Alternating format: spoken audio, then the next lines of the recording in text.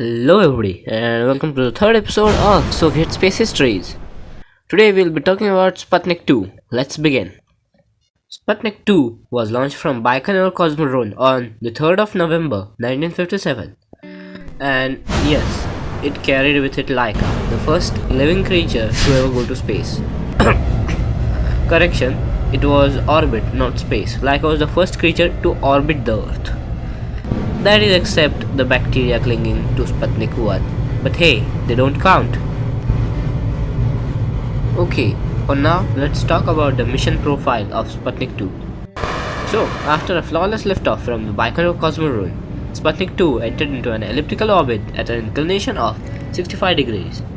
It was decided that the Sputnik-2 won't be separated and will stay with the core stage. The spacecraft alone weighed around 500 kilograms. Sputnik-2 had about 3 separate sections on it. One was a pressurized cabin in which Laika was kept. Then there were 2 other compartments in which radio transmitters, telemetry systems, and the temperature control systems were housed, among a few other instruments.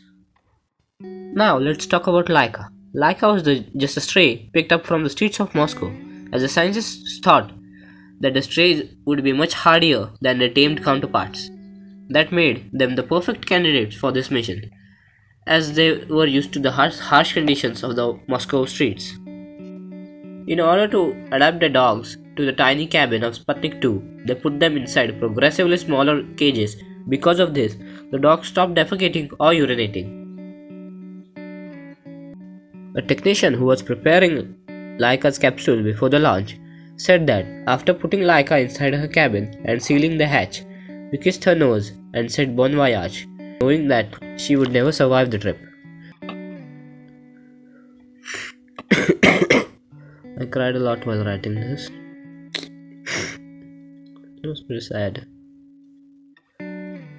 After she entered orbit, she was fine for the time being. After 3 orbits were completed, and on the 3rd orbit, the cooling systems started to fail, and the cabin started to overheat. And on the 4th orbit, Laika was no more. Now, at this point, there was no technology developed to recover a spacecraft, let alone a living creature. I personally think the Soviets were a bit hasty putting a living creature and blasting it into space. I think they should have just Sputnik 3 instead of launching a live animal directly.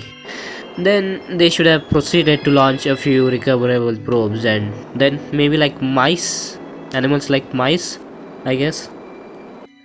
But we all know what happened in the end.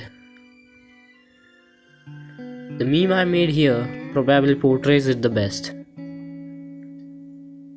To end on April 2008, Russian officials unveiled a monument to Laika. It was a small monument built in her honor outside the military facility that trained her in Moscow. Thanks for watching.